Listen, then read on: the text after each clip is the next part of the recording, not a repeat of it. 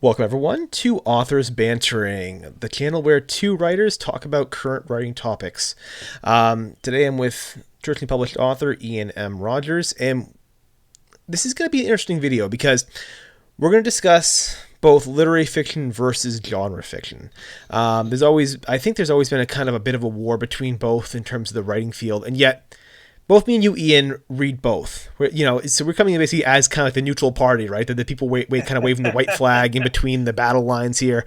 And so I figured we'd go over basically kind of the distinction between them, basically where there's some rift between it, considerations if you are writing in one or the other, and kind of how to navigate potentially blending both as well. And so I guess with Ian first. So me and you, we both our stories I think would be categorized as lit fic, right? Both what we wrote here I think would fall within that category.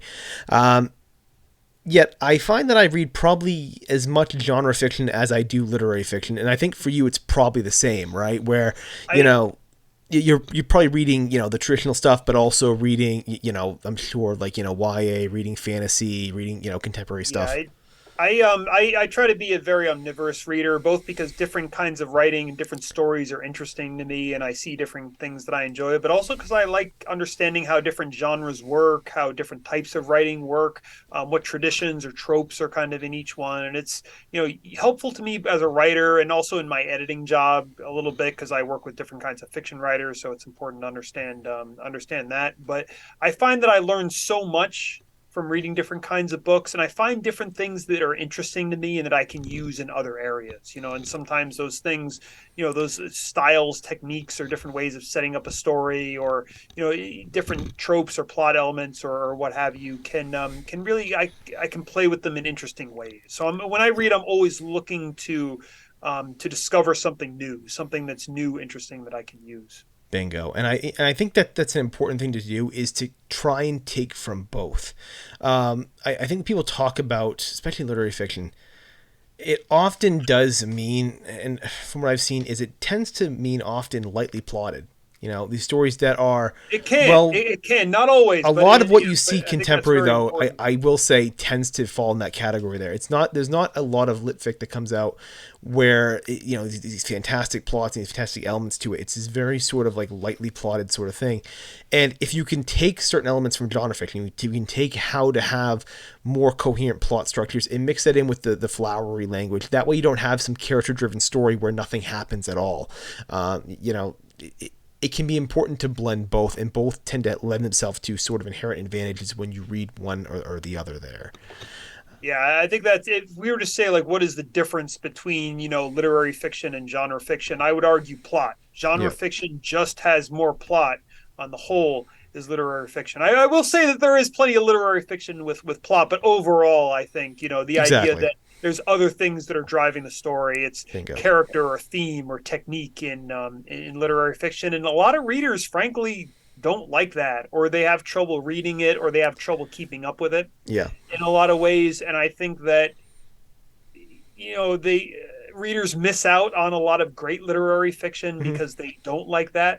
But at the same time, a lot of literary fiction could be better if it had Yeah. better, stronger, more vivid, fast moving plots. It could be, exactly, and I'd say for every story that maybe has like for lit fic basically that has a very sort of light plot and just is well written, you get maybe one good book and maybe two or three basically that are just not, that you're gonna put down halfway through, and it tends to sometimes basically work the opposite almost, where with nonfiction basically I think people are much more willing to give it a chance if the story is really engaging, with its characters, with its plot, where you're buying this and you don't really care so much about the prose, about the elements, about the theme, about dissecting certain elements of the human condition.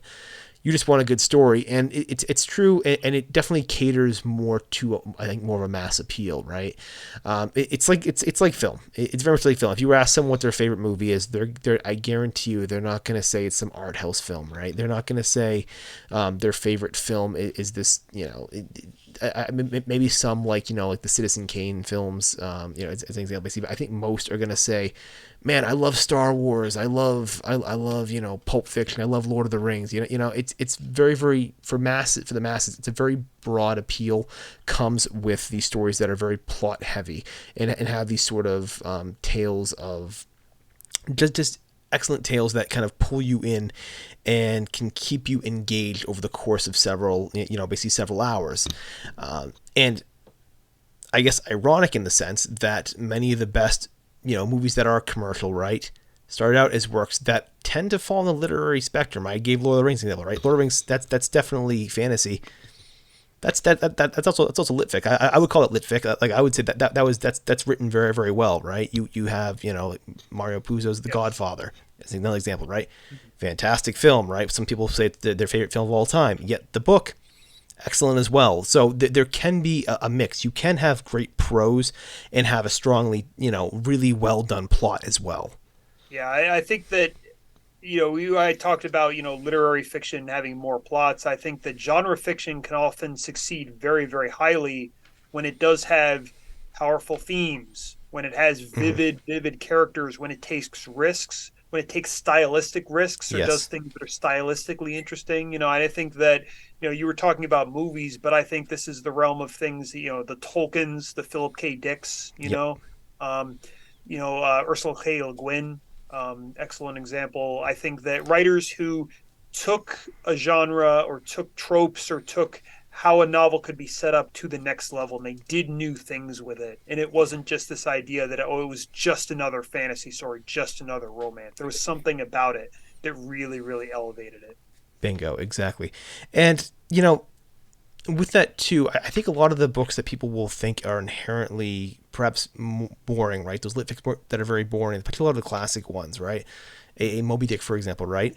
Those are still well plotted books as well. Like Yeah. even looking historically, if you're someone that tends to fall like very hard on like you only read literary fiction, right? If you're like a Francine Prose type, right? Just for example, who only ever seems to read basically whatever's getting the Pulitzer this year, right?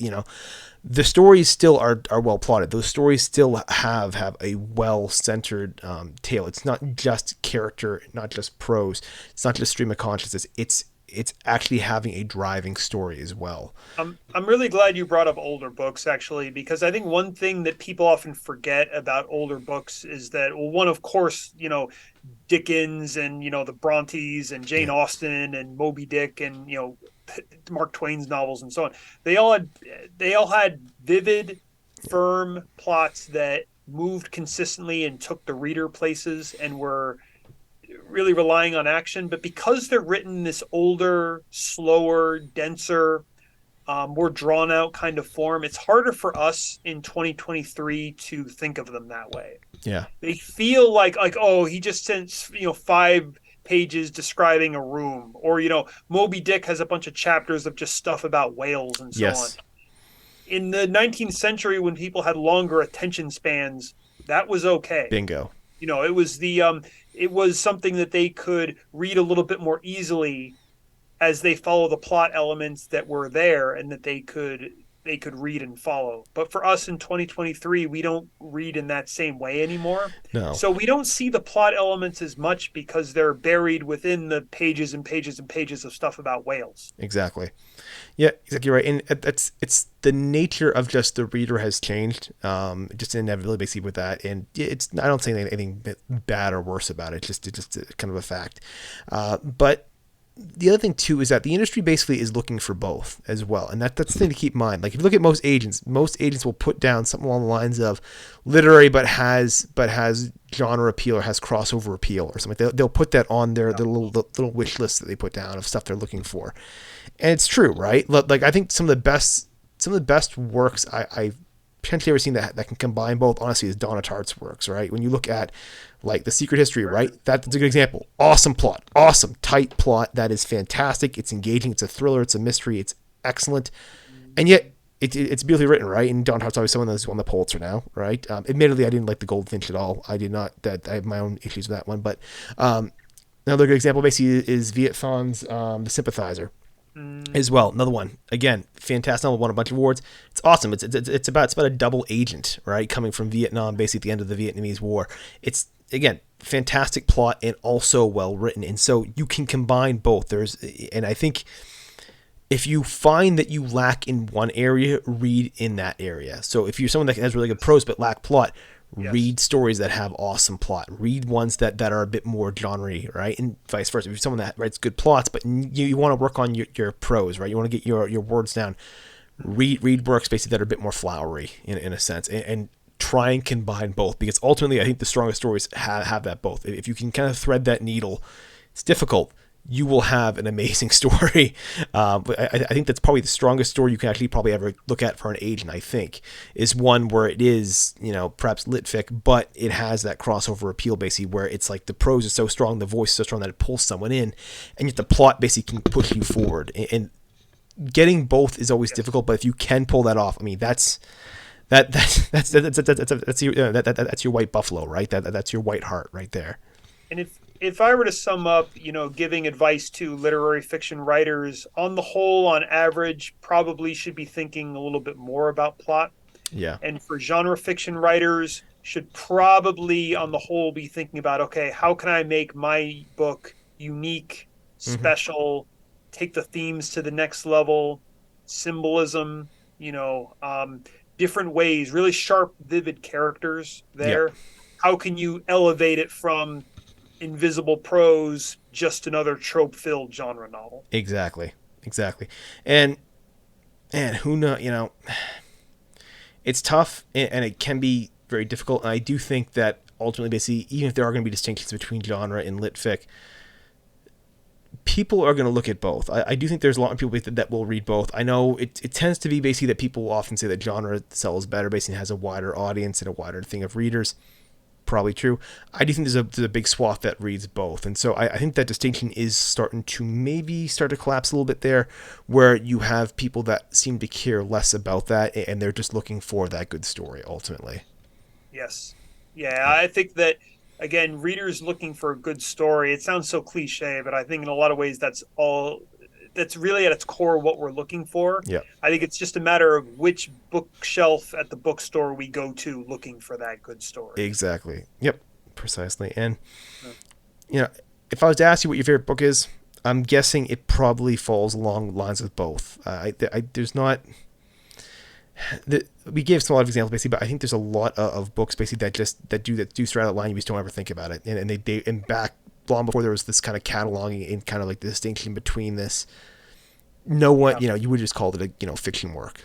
Um, so I guess with that, we'll kind of wrap this up now. As always, we take these questions from the audience. So any kind of questions, leave them in the comments and we can make a video on it. With that, we make these videos every Monday. So if you enjoyed it, please like, share, and subscribe, and come back next week. All right. So I'm signing off. This is Josh Bresslin. That's Ian Rogers, and we will see you next week. Take it easy.